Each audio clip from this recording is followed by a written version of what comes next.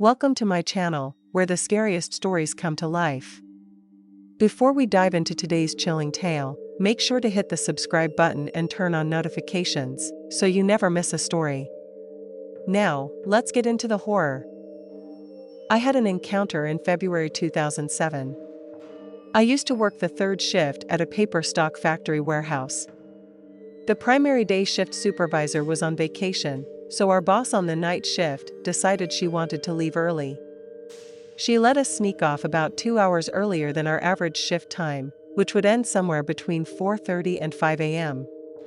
I was following a coworker down a county road, as the warehouse was on the outskirts of my small rural town.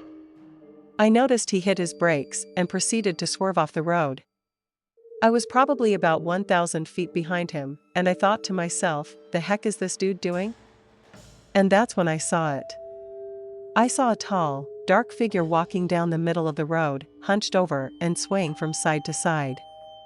It moved in an unnatural way, similar to one of those tall inflatable figures you see swaying at a car dealership. It's hard to describe accurately, but it's something that would make more sense if you saw it for yourself.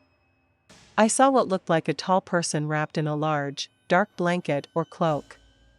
I had to hit the brakes and swerve, but I stopped completely.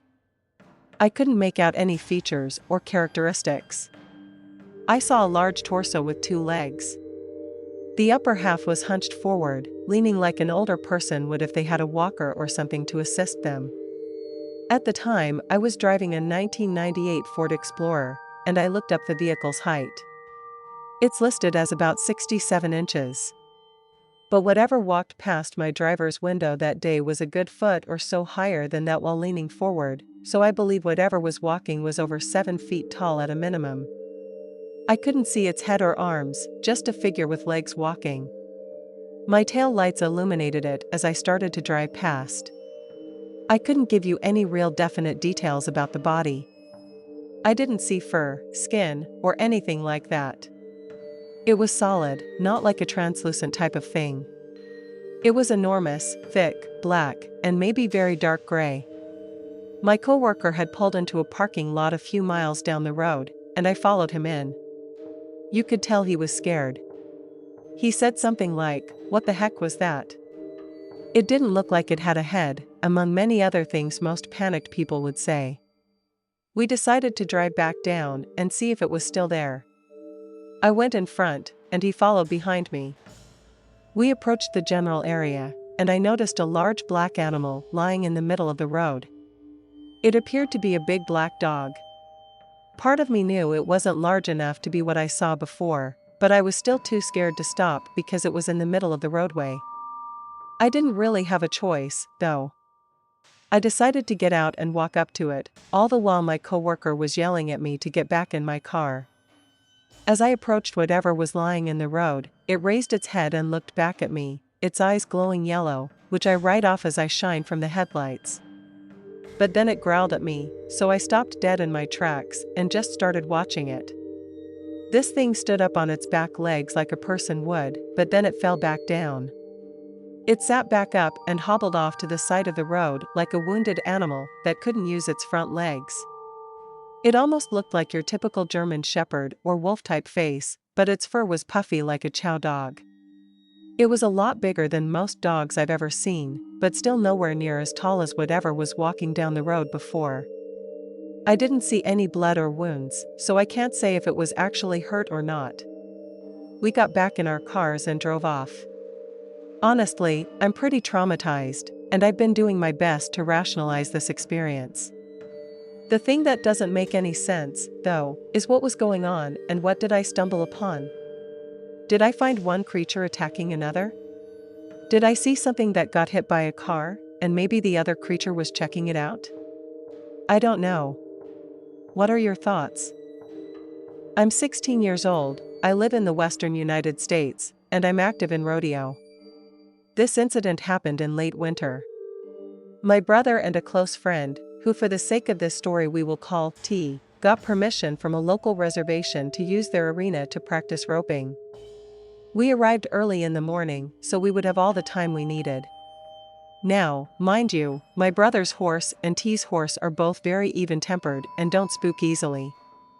My mare, on the other hand, panics at the littlest things. She can be a handful most of the time, to be quite honest. From the moment we got there, all of our horses seemed to be on edge. We shrugged it off, figuring they'd calm down once they got used to their surroundings. After spending the better part of the day throwing ropes and chasing cattle, we decided to explore a nearby trail and take a break by the river to let the horses drink. By this point, the horses seemed to have calmed down a bit. As we approached the river, about 30 yards away, we were hit with the smell of rotting animal. Then something in the tree line caught the attention of all the horses. My mare flat out refused to go any farther. Frustrated, tired, and fed up with her behavior, we decided to call it a day. It was already getting late, and instead of loading up the gear and horses to take them back, we decided it would be easier to leave everything there overnight and head to T's house, since she lived closer. We prepared the stalls for the night, made sure the horses were fed and watered, and then headed over to T's family friend's house, where we were treated to dinner. After some good food, laughs, and a few rounds of pool, I had all but forgotten about the weird experience by the river. By 9 p.m., we were ready to get some sleep, but I wanted to check on the horses one last time before bed. When I mentioned this, T's family friend warned me not to go back to the arena alone at night. Wanting to respect that, T offered to drive me down there. We got in the truck and headed back to the arena. It was only about a half-mile drive, but the road was icy, so we had to go slower than usual. As we crossed the bridge over the river, a heavy feeling of dread hit me out of nowhere. I looked out the window, and there, in the tree line, I saw a pair of glowing yellow eyes. I'll never forget them. The way they glowed wasn't normal, there wasn't enough light to cause that effect. Normally, I'm a very rational person, but something about this wasn't right. That's when T turned to me and said, "Do you smell that? Something smells awful, or is it just me?" I hadn't noticed anything until then, but once she mentioned it, the rotting animal smell hit me hard. When I didn't respond, she followed my gaze and saw the same yellow eyes. We were both terrified, unsure of what we were looking at.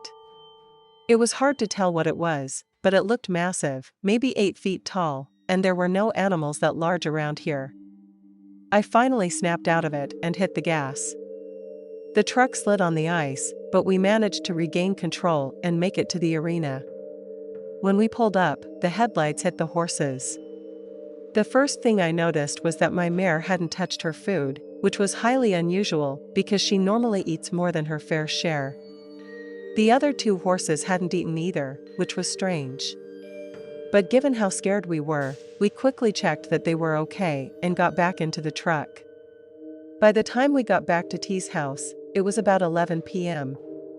We fell asleep as soon as our heads hit the pillows. Suddenly, I woke up to my brother shaking me. He looked terrified. I asked him what was wrong, but he just put his finger over his mouth and pointed to the window. There was a tapping on the glass and occasional scratching. I glanced at the clock, it was 3 a.m. I hadn't told him about our encounter earlier that night, and I didn't want to scare him now. I told him to ignore it and try to sleep, but knowing what had happened earlier, I was convinced that whatever we had seen at the bridge had followed us back. I didn't sleep for the rest of the night. As soon as the sun came up, I woke up T and my brother, and we rushed to get the horses and get out of there. I told T about the tapping and scratching, so after a quick cup of coffee, we checked outside the window for tracks. Sure enough, there were prints that looked like deer hooves, but they didn't track like normal deer. It was as if whatever left them was walking on 2 legs. That spooked us, but we still headed back to the reservation to check on the horses. Thankfully, the horses were fine, but their food and water were still untouched. We loaded them up as quickly as possible and got out of there. As we crossed the bridge one last time, I looked into the tree line and saw a massive buck staring at me. It was unnaturally large, its skin sickly and falling off its bones, and its legs bent the wrong way. The worst part was its face, those same ungodly yellow eyes. And when I made eye contact, I swear it smiled at me, revealing yellow, pointed teeth. I've never really believed in the paranormal or humanoid creatures before, but this experience changed me. I'm still scared to go anywhere near that area after dark. When I was younger, I preferred to spend time at my great-grandmother's house rather than my own, being right next door. My grandmother would often let me spend the night with my great-grandparents to get me out of her hair. My grandparents had their own bedroom on one end of the house, and on the other end was the room in which I slept whenever I visited. This bedroom was big to a 6 or 7-year-old, with a large bed that had sliding glass door cabinets for a headboard and 2 large windows. One window faced the side yard, which had several young pine trees, and the other faced a large barn out back that housed their camper and all manner of other things. Before I continue, I ought to mention that I'm a quarter Native American, of the Miami tribe to be specific. My mother was adopted by a family whose heritage was distinctly French, while my grandmother wanted my mother and me to have nothing to do with our heritage. My great-grandmother, however, embraced it and never kept it from us. She even taught us a little bit about it, me far less than my mother, since I was way too young to understand much before she passed. One night, when I was sleeping over at my great-grandma's house, I woke up when the motion-detecting floodlight on the barn out back turned on. The room was flooded with light, and I could see everything clearly. Unable to go back to sleep, I got up and decided to play with the blocks until the floodlight went out and I could go back to sleep. For some reason, I felt a strange urge to look out the window into the side yard. So I climbed up on the crate under the window and peered out. There, in the side yard, was a man. He looked to be in his late teens, maybe 17 to 19, with neatly cut, straight black hair, nearly ear length. He wasn't dark-skinned, but he wasn't white either.